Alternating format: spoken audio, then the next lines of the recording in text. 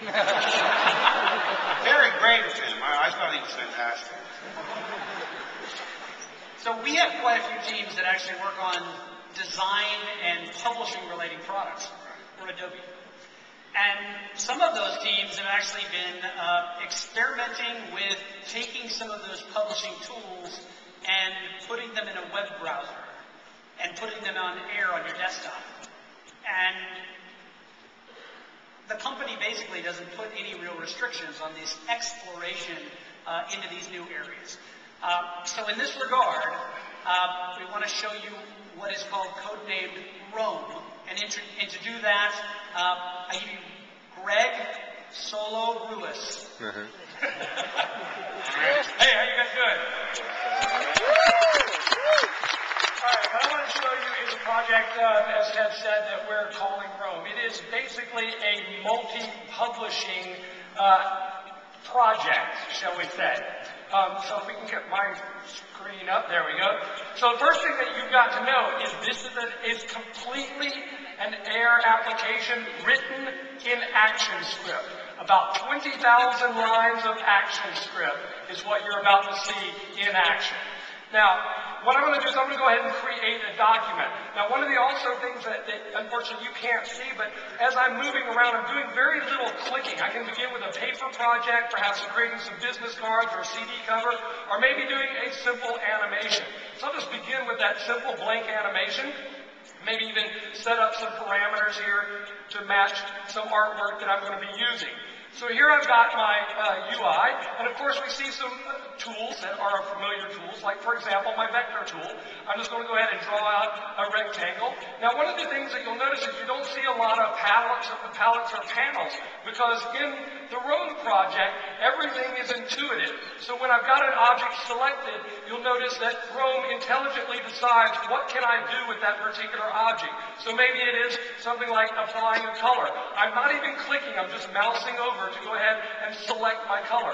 Of course, this is a vector object, as I said, so just to prove that it is a vector object, I'll choose my path selection tool and maybe draw in a new path and maybe even take my tangents and grab those and maybe even break them apart here for you so you can see these are, in fact, real vector objects. Of course, what would any animation be without some text? So I'm going to draw out a text box here. I'm going to paste in some text. And of course, immediately you can see my text box has a scroll bar.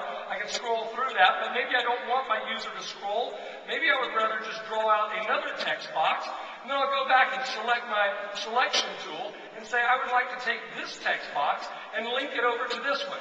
And so now my text is flown together. Pretty cool, all right? Yeah. Now, of course, I don't want it sitting here on the stage, so instead I'm just going to select all of these objects and say, you know what, I'd like to do a little bit of animation.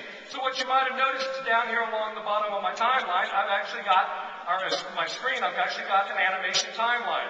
So we'll go ahead and say, I'm ready to do an animation. I'm just going to move this object off screen just a little bit. And then I'm going to move and say right about here, or something like that, we're going to have slid this thing back up. And you can see that I've now got an animation going on.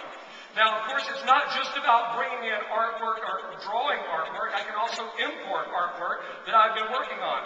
So I've actually got a PSD, a native Photoshop file, untouched, right out of Photoshop, and I'm going to import that right here into my application. You see here it is, this is it. I'm going to go ahead and move it here to the back just a little bit. Arrange that, push it all the way to the back so it's going to be behind my animation. And to prove this is a Photoshop document, I'm going to double click on it, and you can see here are my Photoshop layers that I've brought in, toggle them on and off. Maybe even, you know what? Yeah. Photoshop is all the cool effects you can do, right? So I'm going to add a filter. In fact, I've got pixel bender filters right here. I'm going to go ahead and just posterize some edges just like that on my Photoshop document and pop back out. Now, the last thing that I want to do is add in a new transition or a new state to my application. So I'm just going to go ahead and add in a new page, if you will. Now, I'm going to go grab some other content. By the way, I mentioned that I can import Photoshop documents. Well, I can do a little bit more than that, too. I can actually go out and search for stuff on the web. For for example, I'm going to go out and search for some Rock Shack, that is if I can actually spell, some Rock Shack photographs, and you'll notice that the Roam project is actually hooking up to all of my search engines here and looking through all the various search engines so I can go through and find some appropriate graphic. Hey, there's a picture of me. Imagine that. Out there on the web, I'm going to grab that, and of course this is a real image. To prove it's a real bitmap image, I'll double click on it, and guess what? Ever seen the magic wand before? There we go.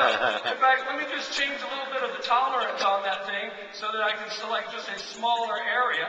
And then as I select that, I'll delete it so you can actually see through this. This is, in fact, a transparent image that I've now got here.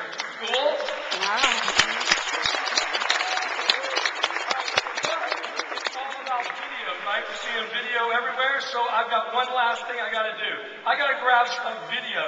Now, we've also got the Roam project hooked up to something we call the Content Exchange, where we can upload our favorite stuff. And so I've actually uploaded, or had one of my colleagues upload a video, a regular old FLV flash video file, and I'm actually going to import that and drop that here on the stage. Now you can see this is in fact a video file as I scrub through it. Now the last thing I'm going to do is I need to wire up the transition, so I'm just going to take a regular old shape. I'm going to say, you know what, when we click on the entertainment button here, I'm going to take this entertainment button and I'm going to convert it into a hotspot.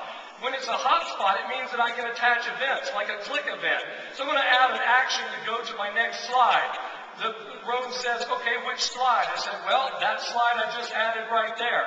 So now I'm ready to test this thing to see what I've got. And here you see my animation, and I'm going to scroll over there, and there's my video playing, just like that. Cool? Yeah.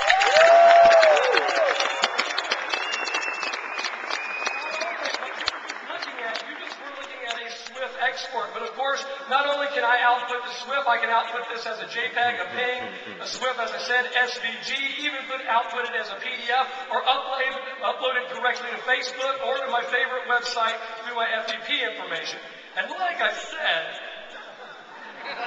this is an Air application, which means it's also running in the browser exactly the same way as you just saw it running on my desktop. And that's Prince Roam.